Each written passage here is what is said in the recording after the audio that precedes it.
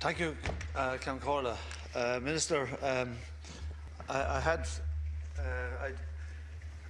planned to say something else than I'm going to say, because you've. I actually find it difficult not to run down across the chamber, Minister. I find it really upsetting listening to you. You said we need to prevent conflicts from starting. Minister, how in God's name can you say that? You are allowing Shannon to be used as a US military airbase. We are giving permits for munitions and armed troops to come through Ireland on the way to war fronts. I mean, how can you say that we're interested in preventing the conflict from starting? That's too bad. You say that we want to tackle, that the Turkey deal is tackling the business end of the problems, that we're going to stop the smugglers. What planet are you living on? We're feeding the smugglers. Turkey is a disaster. The Turkey deal is nonsense. There's about 10 people a week being killed because of the Turkey deal. And we're actually killing people with the EU policies. We're drowning them. You say they're going to protect them. 500 people died in one of the boats that you're talking about 10 days ago. Do you know why? Because of the Turkey deal. You're going to drive them across the Mediterranean.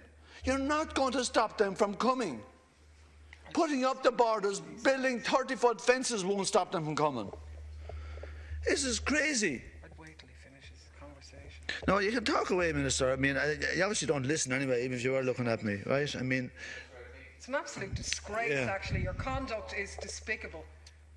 It really is. It's shocking. Please, can you proceed? Minister. Oh.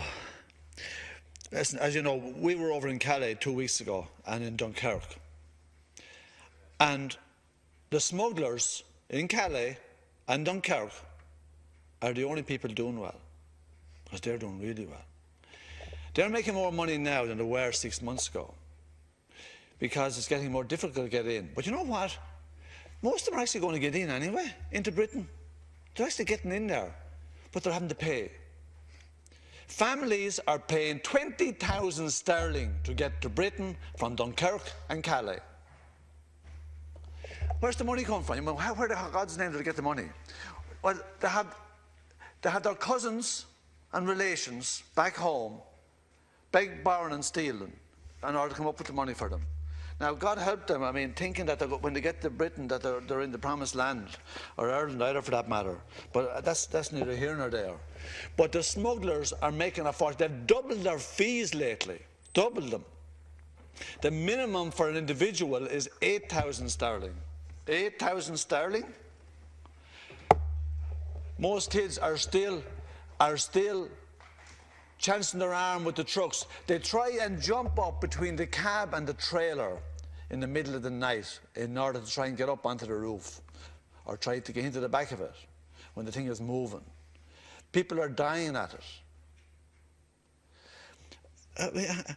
We met so many young people. It's not funny. I mean, fuck, it's just too bad it is. I mean, we met so many Irish people over there working as volunteers who really care. And just... we met a fellow called Dylan Longman and another fellow called Dave in Dunkirk. I mean, they're just giving up their whole lives in order to try and help people over there. Karen Minahan and Sinead and Barbara and Fintan in Calais. There's a whole lot of Irish families that I'd like to help.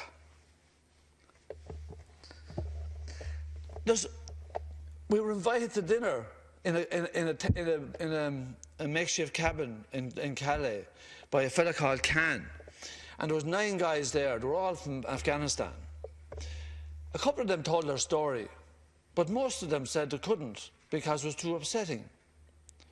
Most of them, the age, the youngest was 14, the average was 16, 17. These are kids.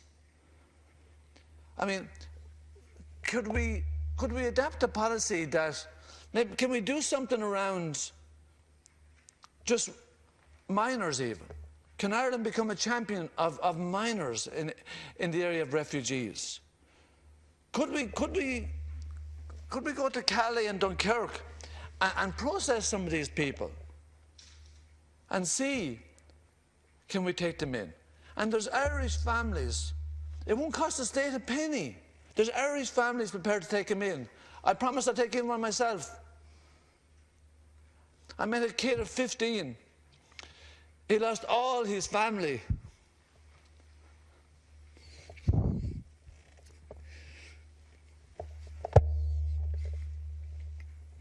His brothers and sisters and his mother and father on the Iran-Afghan border. He's 15. And he'd like to come to Ireland or Britain.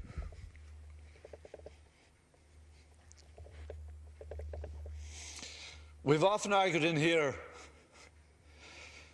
that Ireland has a great potential to play a very positive role as a neutral country in terms of what's happening in the world today, in terms of the militarisation of the planet.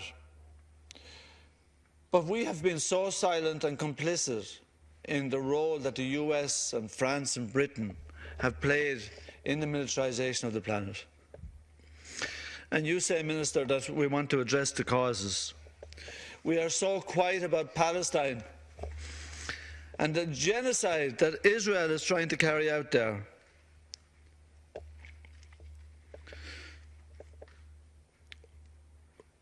Somebody from the government should go to Calais, maybe they have, go to Dunkirk and see what's happening.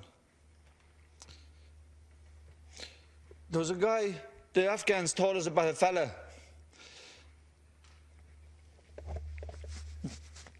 He had to leave Afghanistan because one of his family had worked with the US Army, so the Taliban were after him. He spent 6 months in Calais, and mentally he just couldn't take it anymore. He went back, he turned himself in to the French authorities, and they got him back to Afghanistan. He was dead in 2 weeks. Afghanistan now is controlled 50% by the Taliban, 50% by ISIS, and the government are a sideshow. This is not a country to be returning people to. Calais is dominated by Afghans, Dunkirk mostly Kurds. You know what? I would love to see those two nations welcomed in Ireland, the people that we met. They were such good people. These are not people that are looking for a free ride in any form. These people would like to work and make a new life in Ireland where they're not afraid of being killed. They're not terrorists. They're running from ISIS and the Taliban. There is potential for Ireland to have a different approach.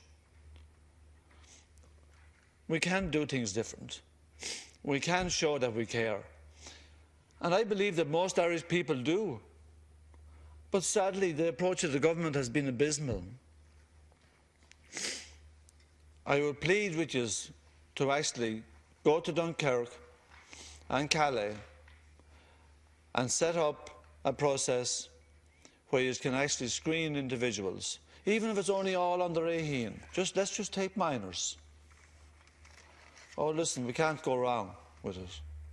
And you'll find Irish families that are prepared to take them in.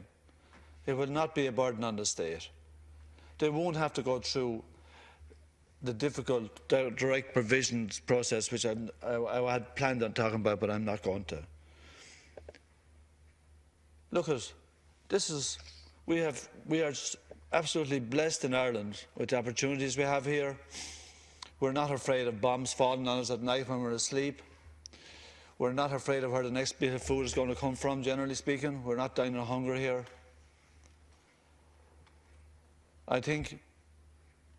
We seem to forget. These are not even economic migrants. But that's what all the Irish were that left here. They went everywhere. There's millions of Irish all over the planet. They were all economic migrants. Imagine if they were as unwelcomed as the Afghans and the Kurds and the Syrians were here. Let's look at it again, please. Thanks. Thank you very much, Deputy Wallace.